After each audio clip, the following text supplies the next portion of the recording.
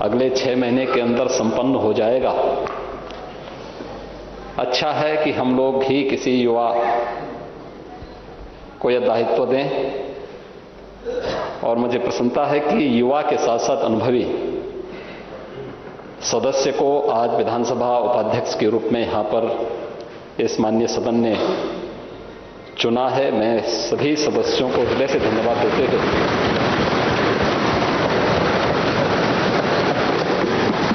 श्री नितिन अग्रवाल को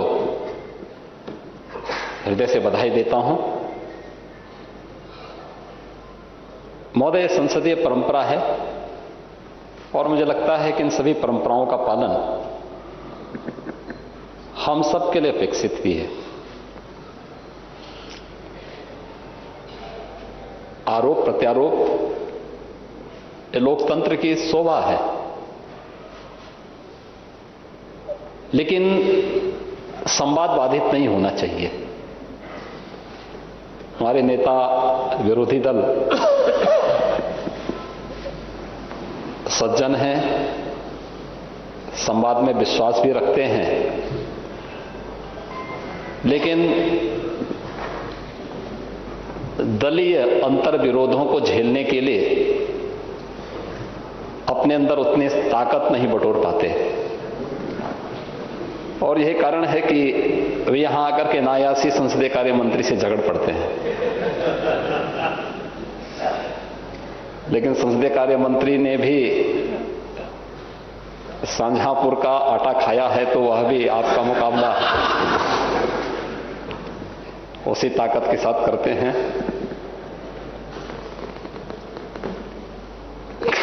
वो कल से ही परेशान थे।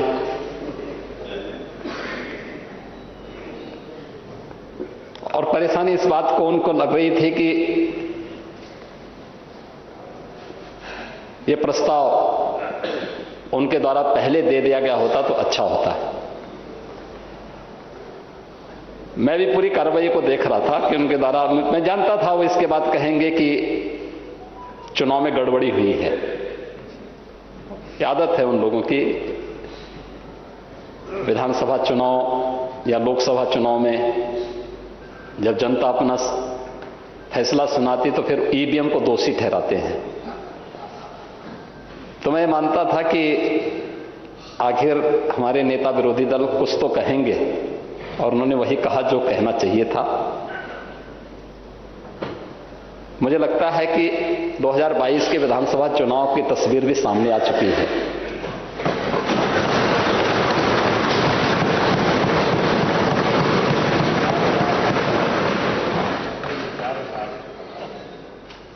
भारतीय जनता पार्टी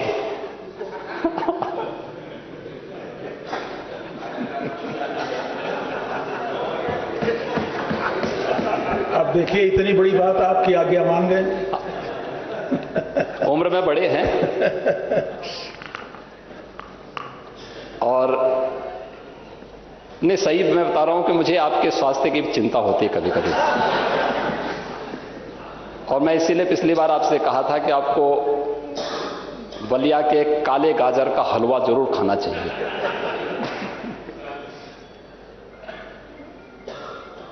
नहीं तो हमारे यहां पे जो बलिया के माननीय सदस्य हैं, उनसे मैं कहूंगा, सुरेंद्र सिंह,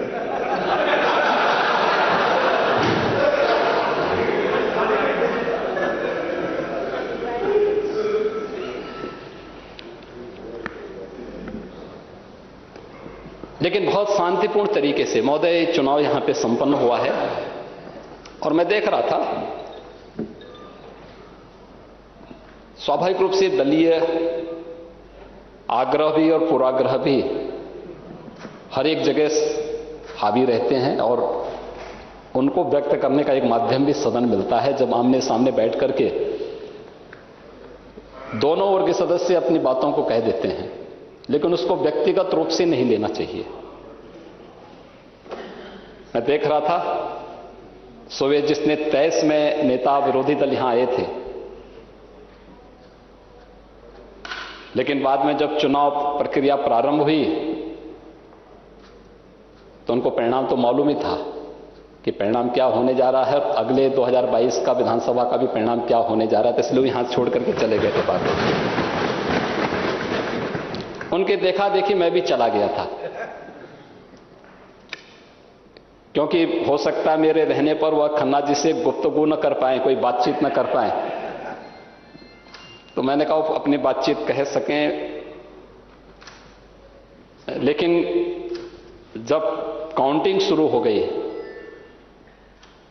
और उनके द्वारा अधिकृत जो माननीय सदस्य यहां पर काउंटिंग देख रहे थे, जब उन्होंने बताया कि परिणाम तो गड़बड़ हो गया है, जो अपेक्षित था, तो उन्होंने फिर कहना शुरू कर दिया कि मतगणना में धांधली हुई है। वो हमेशा की तरह, तो ये कहे कभी, क्योंकि यहां ईवीएम नहीं था। अगर ईवीएम होता तो तब तो फिर,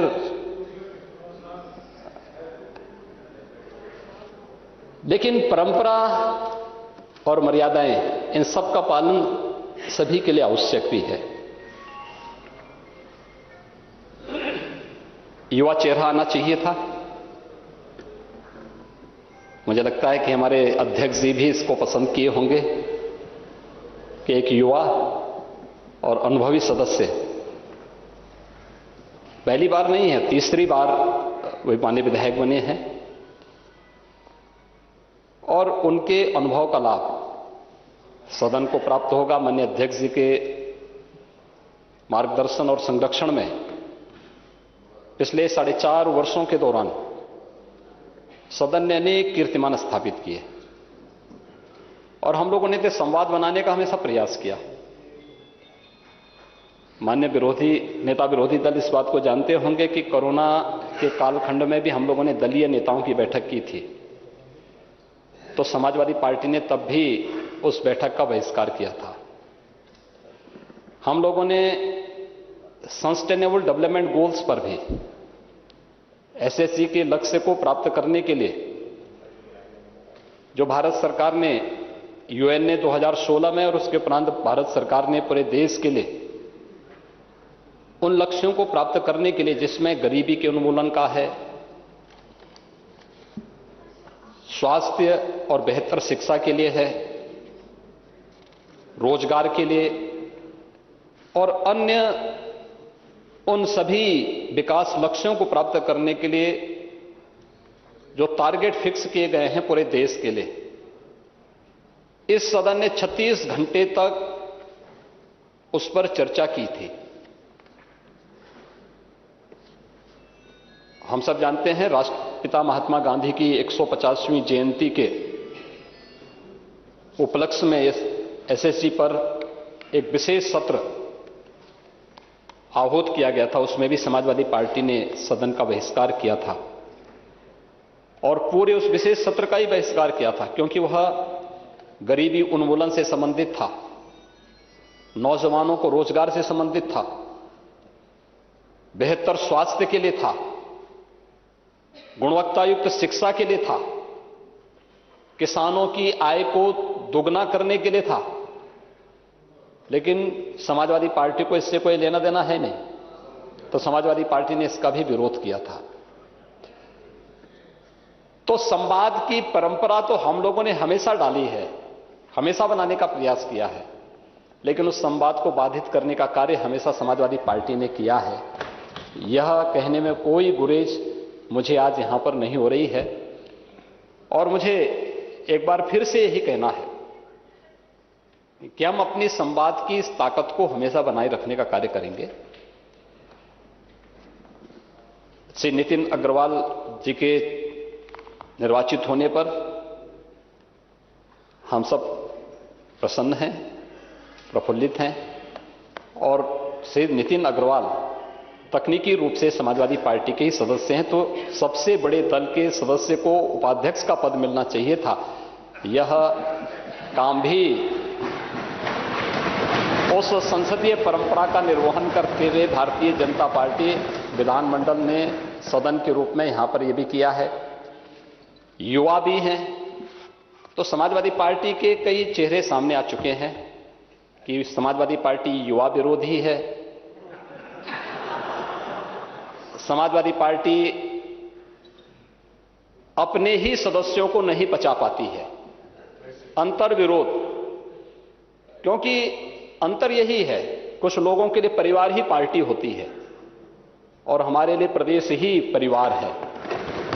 ये जो अंतर है, ये अंतर ही आज यहां पर इस निर्वाचन के लिए बाध्य की है। हमें नहीं भूलना चाहिए कि इन सभी युवाओं को मौका मिलना चाहिए। हमने अभी मंत्री बनाए हैं 7, आपने देखा होगा सब युवा चेहरे हैं और वे सभी युवा चेहरे बनाए गए हैं जो समाज में अलग अलग तबके का प्रतिनिधित्व भी करते हैं, लेकिन साथ साथ युवा भी हैं। और उन सभी लोगों को प्रतिनिधित्व देने का कार्य भारतीय जनता पार्टी ने सदैव किया है और हमारी सरकार उन्हीं मूल्यों, उन्हीं आदर्शों के लिए समर्पित भाव के साथ कार्य कर रही है। आज के इस अवसर पर मुझे विश्वास है कि समाजवादी पार्टी अपने उस परिवारवादी मंसूबे से थोड़ा अब ऊपर उठ करके व्यापक परिप्रेक्ष्य में सोचने का कार्य करेगी, तो मुझे लगता है कि इस दल के हित में होगा। अन्यथा जो फैसला होने वाला है आज इस निर्वाचन से साबित हो चुका है। श्री नरेंद्र सिंह वर्मा जी के प्रति हमारी पूरी सहानुभूति है, हमारी संवेदना है। वे अच्छे सदस्य हैं, समाजवादी पार्टी की ओर से अपनी बात को दमदार तरीके से सदन में रखते हैं, संसदीय परंपराओं का पालन करते हैं। लेकिन अगर यह नाम 4 साल पहले, 3 साल पहले समाजवादी पार्टी सदन के सामने रखी होती तो मुझे लगता है कि आज जो धोखा आप लोगों ने नरेंद्र सिंह वर्मा जी के साथ किया है, ये धोखा उनके साथ संभवतः नहीं होता। मुझे कोई संकोच नहीं है ये कहने में कि आप लोगों ने धोखा किया है, और कम से कम मुझे आपसे तो उम्मीद नहीं थी। मैं मानता था कि नेता प्रतिपक्ष के रूप में आप बलिया की धरती से हैं, तो अपने क्रांतिकारी तेवर दिखा करके 3 साल पहले, 4 साल पहले अपने पार्टी के अंतर विरोधों को दूर करते हुए कोई अच्छा नाम सामने लाते। और हम लोग हमेशा इस बात को कहते कि भाई एक समन्वय होना चाहिए अच्छा, लेकिन आप लोग विफल रहे। आप अपने सदस्यों को भी नहीं पहचान पाए, आप अपने सदस्य को ही धोखा देना चाहते थे। परिणाम क्या होने जा रहे हैं ये जानते हुए भी जबरदस्ती चुनाव में आप धकेल करके उनके समय को भी खराब कर रहे थे, उनकी ऊर्जा को भी वेस्ट कर रहे थे। जितना भाषण उन्होंने सुबह यहां पर दिया था, इतना अपने विधानसभा क्षेत्र में देते तो हो सकता पब्लिक के दिमाग में कुछ चीजें सामने आती कि हां कुछ किया है विधायक जी ने। तो दोनों काम आपके द्वारा नहीं हो पा रहा था। धोखा देना था, धोखे देने की प्रवृत्ति है, इसलिए आज ये हुआ है। लेकिन हमारी पूरी संवेदना उनके साथ में है। वे समाजवादी मूल्यों के साथ अपना जीवन यापन करें। श्री नितिन अग्रवाल जिस परंपरा के साथ आगे बढ़ रहे हैं वे मजबूती के साथ आगे बढ़ें। भारतीय जनता पार्टी विधानमंडल पूरी तरह उनके साथ में है, उनका सहयोग करेगी। और महोदय, इस सदन की उच्च मर्यादा का पालन करते हुए उन परंपराओं को आगे बढ़ाने के लिए हम लोग सभी मिलकर के कार्य करेंगे। आपके मार्गदर्शन में, आपके संरक्षण में देश के सबसे बड़े विधानमंडल ने विगत 4.5 वर्षों के अंदर अनेक ऐतिहासिक निर्णय लिए हैं और प्रदेश की 25 करोड़ जनता के हितों के लिए कार्य किया है। हर एक फील्ड में कुछ नया, कुछ देखने को मिला है, चाहे वह गरीब कल्याण के लिए हो, युवाओं के कल्याण के लिए हो, महिलाओं के सशक्तिकरण के लिए हो, किसानों के उत्थान और उनके उन्नयन के लिए हो, प्रदेश के इंफ्रास्ट्रक्चर डेवलपमेंट के माध्यम से देश के सामने उत्तर प्रदेश को निवेश के सबसे अच्छे गंतव्य के रूप में स्थापित करने का हो। या फिर प्रदेश के बारे में जो एक धारणा थी देश की, दुनिया की, उस धारणा को बदलने का रहा हो। विगत 4.5 वर्ष के दौरान ये कार्य सभी उत्तर प्रदेश के अंदर हुए हैं और सदन के सभी मान्य सदस्यों ने मिलकर के, सत्ता पक्ष के सदस्य भी थे, विपक्ष के सदस्य भी थे, सभी ने मिलकर के उन लक्ष्यों को प्राप्त करने में अपना योगदान दिया है। और आज वही कारण है कि उत्तर प्रदेश के बारे में देश की एक धारणा बदली है। उत्तर प्रदेश के बारे में लोग एक अच्छी धारणा के साथ अब सोचने लगे हैं कि हां, उत्तर प्रदेश देश का एक ग्रोथ इंजन बनने की सामर्थ्य रखता है। उत्तर प्रदेश देश की सबसे बड़ी अर्थव्यवस्था के रूप में उभरने का माना रखता है। उत्तर प्रदेश जो कुछ भी करेगा वह भारत की अर्थव्यवस्था को एक नई ऊंचाइयों तक आगे ले जाने में काफी मददगार हो सकता है। और इस परसेप्शन को आगे बढ़ाने के लिए, इस युवा ऊर्जा को आगे और ताकत दे जाने की आवश्यकता है। आज यहां पर श्री नितिन अग्रवाल का विधानसभा के उपाध्यक्ष के रूप में निर्वाचन इस बात को साबित करता है। मैं एक बार फिर से